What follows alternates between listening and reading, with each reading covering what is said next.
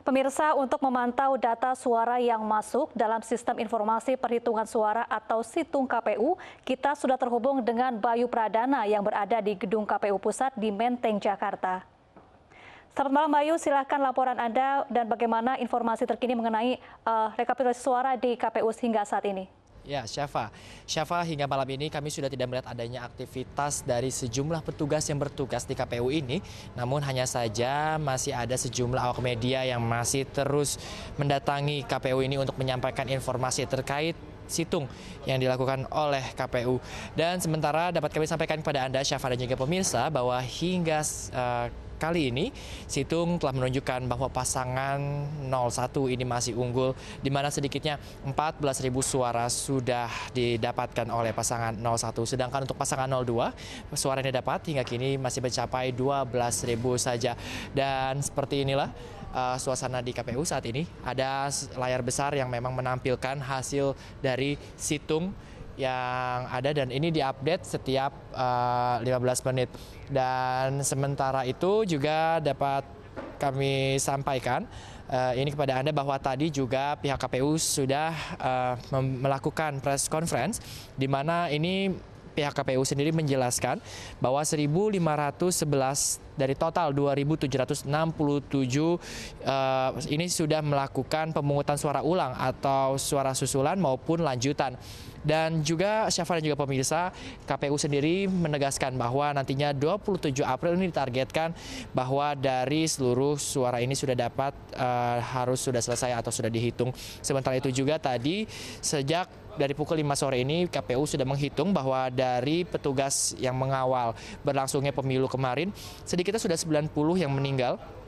Lalu 374 ini jatuh sakit, ini tersebar dari 19 provinsi yang ada di seluruh Indonesia. Sementara itu juga Syafa dan juga pemirsa, pihak KPU juga berencana akan bertemu langsung dengan Kementerian Keuangan untuk nantinya memberikan santunan baik kepada mereka yang meninggal dunia maupun mereka yang sakit, di mana besaran santunan yang untuk mereka yang meninggal ini berkisar hingga 30 hingga 36 juta rupiah.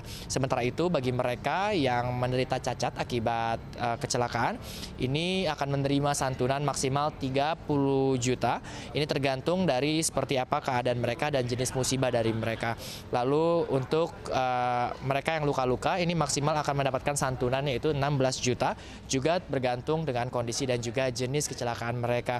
Sementara itu juga pemirsa, KPU tadi Ketua KPU juga menyinggung bahwa perhitungan suara ini sudah mencapai 16,4% dan KPU Pusat ini juga terus memantau KPU kabupaten, kota hingga provinsi untuk nantinya meminimalisir kesalahan input.